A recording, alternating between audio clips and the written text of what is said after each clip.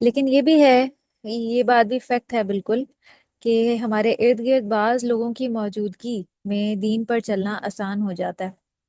بعض لوگوں کے پاس اتنی پاور ہوتی ہے ہمارے گھر میں سے ہی، ہمارے پیرنٹس، کہ اگر وہ ہمیں سپورٹ کریں تو دین پہ چلنا، دین کا کام کرنا آسان ہو جاتا ہے۔ اسی طرح ہسبینڈ کی سپورٹ بہت فائدہ دیتی ہے، یا بیوی ہے اس کی سپورٹ دین پہ چلنے کے لیے بہت فائدہ دیتی ہے، یا بچے ہیں، اگر پیرنٹس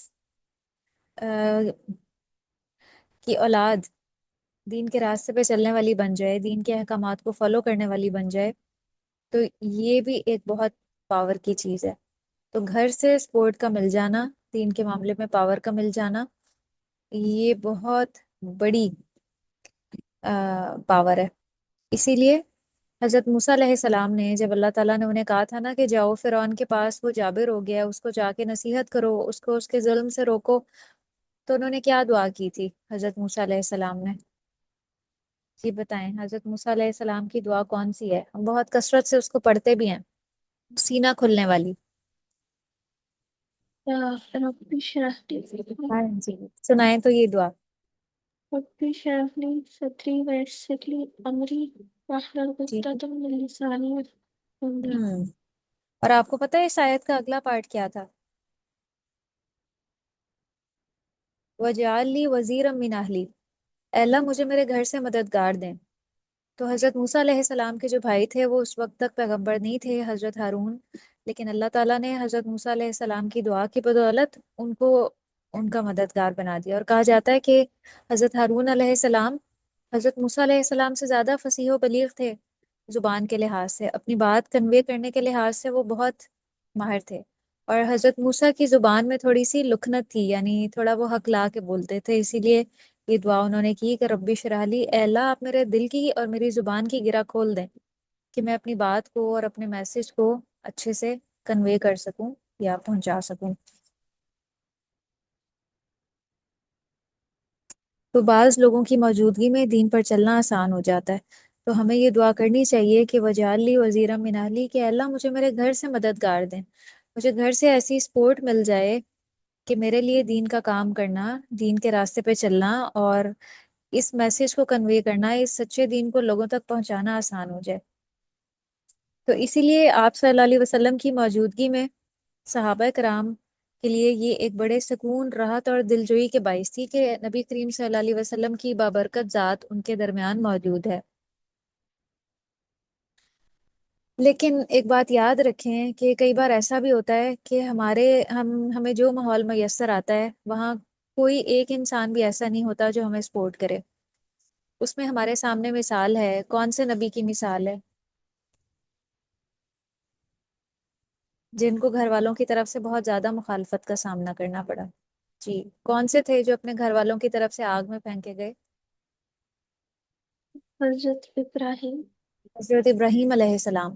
حالانکہ آپ اللہ کے فرینڈ تھے، قرآن میں آپ کو خلیل اللہ کہا جاتا ہے، اللہ کا دوست، اللہ کا دوست، اور گھر والوں کی طرف سے آگ میں پھینکا جا رہا ہے۔ تو کئی بار ایسا ہوتا ہے کہ ہمارا ماحول ایسا ہوتا ہے کہ ہمارے گھر میں کوئی ایک بھی مددگار نہیں ہوتا، تو پھر ایسے میں اپنا ماحول خود پیدا کرنا پڑتا ہے کہ اپنے ارد گرد کچھ فائدہ مند لوگوں کا ساتھ کریٹ کیا جائے، لیکن اپنے مشن کو کبھی بھی چھوڑنا نہیں چاہیے۔ تو اس واقعے غزوہ احد کے ذریعے اللہ تعالیٰ مسلمانوں کے اندر ایک استقلال پیدا کرنا چاہتے ہیں۔ اگرچہ یہ خبر غلط تھی اور پھیلائی ہوئی تھی، ایک افواہ تھی، لیکن آئندہ ایسا ہونے والا تھا، ایک نہ ایک دن تو اللہ کے نبی نے اس دنیا سے جانا تھا۔ تو یہ ایک ٹریننگ اللہ تعالیٰ نے صحابہ کرام کی ایک سچویشن سامنے لا کے کہ صحابہ کرام کو کیا کرنا ہے اگر اللہ کے نبی نہ رہیں اس دنیا میں۔ انہوں نے اس مشن کو ساری دنیا تک پہنچانا ہے، اور ماشاءاللہ ہم دیکھتے ہیں ہسٹری میں صحابہ کرام نے اس اللہ کے نبی کے مشن کو پھر اس دنیا تک پہنچایا۔ وہ مختلف علاقوں میں پھیل گئے، اسلام اسی طرح پوری دنیا میں پھیلا تھا کہ صحابہ کرام پھر صرف مکہ اور مدینہ تک مقید ہو کے نہیں رہ گئے تھے، انہوں نے اس جگہ کو چھوڑی، دوسری جگہوں پہ ہجرت کر کے وہ گئے اور اسلام کو دوسرے لوگوں تک پھیلایا، ان تک پہنچایا۔ اس طرح ہمارا دین پوری دنیا تک پھیلا ہے صحابہ کرام کی قربانیوں کی وجہ سے۔ تو اس واقعے کے ذریعے اللہ تعالیٰ نے صحابہ کرام کو ٹرینڈ کیا ہے۔ تو اللہ کی محبت اس چیز کا تقاضا کرتی ہے کہ پھر ہم اللہ کے راستے سے نہ ہٹیں۔ اگر اللہ ہم سے محبت کرنے والوں کو دور کر دیں تو بھی ہم اس رب کا راستہ نہ چھوڑیں۔ اسی لیے اللہ تعالیٰ فرما رہے ہیں کہ وَسَيَجْزِ اللَّهُ الشَّاكِرِينَ، عنقریب اللہ تعالیٰ جزا دے گا شکر کرنے والوں کو۔ جو اسلام کا راستہ چھوڑ دے تو ایسا شخص اللہ تعالیٰ کو تو بالکل کوئی نقصان نہیں دے سکتا۔ آپ نے ایک سرچ کی تھی کہ اللہ کے لیے تو بہت اللہ کی مخلوق ہے، کتنے سٹارز ہیں یا کتنی گلیکسیز ہیں بتائیں؟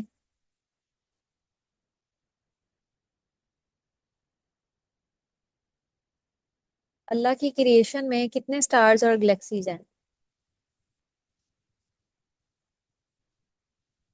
ملینز آف اسٹارز صرف۔ ملینز آف سٹارز ہیں۔ اور کتنے انسان ایگزسٹ کرتے ہیں اس وقت دنیا میں؟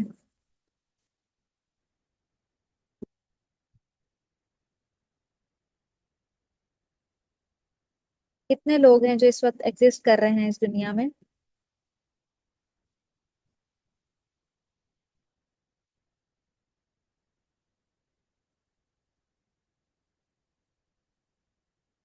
وہ بھی ملینز ہیں۔